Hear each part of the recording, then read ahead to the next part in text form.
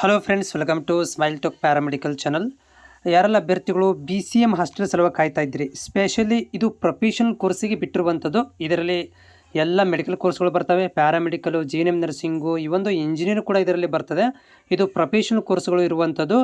ಈ ಒಂದು ಅಪ್ಲಿಕೇಶನ್ಸ್ಗಳ ನೋಟಿಫಿಕೇಷನನ್ನು ನಿನ್ನೆ ಅಂದರೆ 4ನೇ ತಾರೀಕಿಗೆ ನೋಟಿಫಿಕೇಷನ್ ಬಿಟ್ಟಿರುವಂಥದ್ದು. ಓಕೆನಾ.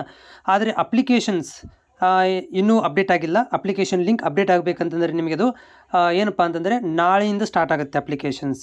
ಆ್ಯಸ್ ಪರ್ ದ ಮಾಹಿತಿ ಪ್ರಕಾರ 6ನೇ ತಾರೀಕಿನಿಂದ ಸ್ಟಾರ್ಟ್ ಆಗುತ್ತೆ. ಮುಂದಿನ ತಿಂಗಳು 4ನೇ ತಾರೀಕಿಗೆ ಅಪ್ಲಿಕೇಶನ್ ಕ್ಲೋಸ್ ಆಗುತ್ತೆ. ಇಲ್ಲಿ ಒಂದು ಬಂದಿರುವಂಥ ಪ್ರಶ್ನೆ ಏನಂತಂದರೆ, ಈಗ ನಮ್ಮದು ಇನ್ನೂ ಕೌನ್ಸ್ಲಿಂಗೇ ಸ್ಟಾರ್ಟ್ ಆಗಿಲ್ಲ, ಮತ್ತು ಹೇಗೆ ಇದು ಮತ್ತು ಈಗ ಅಪ್ಲಿಕೇಶನ್ ಕೂಡ ಇಲ್ಲ, ಎಕ್ಸ್ಟೆಂಡ್ ಆಗುತ್ತೆ ರೀ.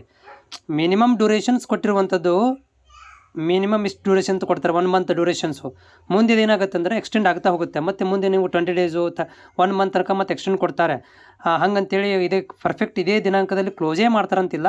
ಇದು ಯಾವಾಗ ಅವ್ರಿಗೂ ಕೂಡ ಗೊತ್ತಿದೆ, ಕೌನ್ಸ್ಲಿಂಗ್ ಪ್ರಕ್ರಿಯೆ ಸ್ಲೋ ಆಗಿ ನಡೀತಾ ಇದ್ದಾವೆ, ಇನ್ನೂ ವಿದ್ಯಾರ್ಥಿಗಳು ಇರ್ತಾರೆ ಅಂತೇಳಿ ಏನು ಮಾಡ್ತಾರೆ ಅವರು, ಮೆಜಾರಿಟಿ ವರ್ಕ್ಲೋಡ್ ಏನಿರುತ್ತೆ ಅದನ್ನು ಕಡಿಮೆ ಮಾಡ್ಕೊತಾರೆ. ಹೀಗಾಗಿ ನಾಳೆಯಿಂದ ಅಪ್ಲಿಕೇಶನ್ ಸ್ಟಾರ್ಟ್ ಆಗುತ್ತೆ. ಅಪ್ಲಿಕೇಶನ್ ಸ್ಟಾರ್ಟ್ ಆದ ತಕ್ಷಣವೇ ನಾನು ಲಿಂಕನ್ನು ಕೂಡ ಹಾಕ್ತೀನಿ ನಿಮಗೆ, ನೀವು ಅಪ್ಲಿಕೇಶನ್ ಸಲ್ಲಿಸ್ಬೋದು.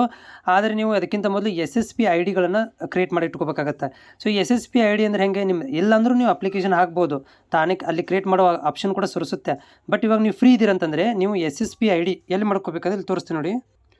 ಸೊ ಈ ಒಂದು ವೆಬ್ಸೈಟ್ಗೆ ಹೋಗಿ ನೀವು ಏನು ಮಾಡಬೇಕಾಗತ್ತೆ ಅಂದರೆ, ಇಲ್ಲಿ SSP ID ಹೊಸ ಖಾತೆಯನ್ನು ರೆಡಿ ಮಾಡ್ಕೋಬೇಕಾಗುತ್ತೆ. ಹೊಸ ಖಾತೆ ಸೃಜಿಸಿ ಅಂತಿದೆ.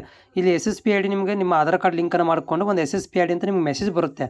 ಅದನ್ನು ಇಲ್ಲಿ ನೀವು ಕ್ರಿಯೇಟ್ ಮಾಡ್ಕೋಬೇಕಾಗುತ್ತೆ. ಅದನ್ನು ನೀವು ಫ್ರೀ ಇದ್ದರೆ ಹೋಗಿ ಇವತ್ತೇ ಮಾಡ್ಕೊಳ್ರಿ. ಸೊ ಇಲ್ಲಿ ಕ್ಲಿಕ್ ಮಾಡ್ಕೊಳ್ರಿ. ಕ್ಲಿಕ್ ಮಾಡಿದರೆ ನಿಮ್ಗೆ ಏನಾಗುತ್ತೆ, ಈ ರೀತಿ ಆಧಾರ್ ಕಾರ್ಡ್ ನಂಬರ್ ಕೇಳುತ್ತೆ. ಆಧಾರ್ ಕಾರ್ಡ್ ಲಿಂಕನ್ನು ಅಟ್ಯಾಚ್ ಮಾಡ್ಕೊಳ್ರಿ. ಒಂದು ID ಕ್ರಿಯೇಟ್ ಆಗುತ್ತೆ ನಿಮ್ಮ ಹೆಸರಲ್ಲೇ. ಅದನ್ನು ಯೂಸ್ ಮಾಡಿಕೊಂಡು ನೀವು ಏನು ಮಾಡ್ಬೋದು ಅಂದರೆ ಹಾಸ್ಟೆಲ್ ಅಪ್ಲಿಕೇಶನ್ ಹಾಕ್ಬೋದು.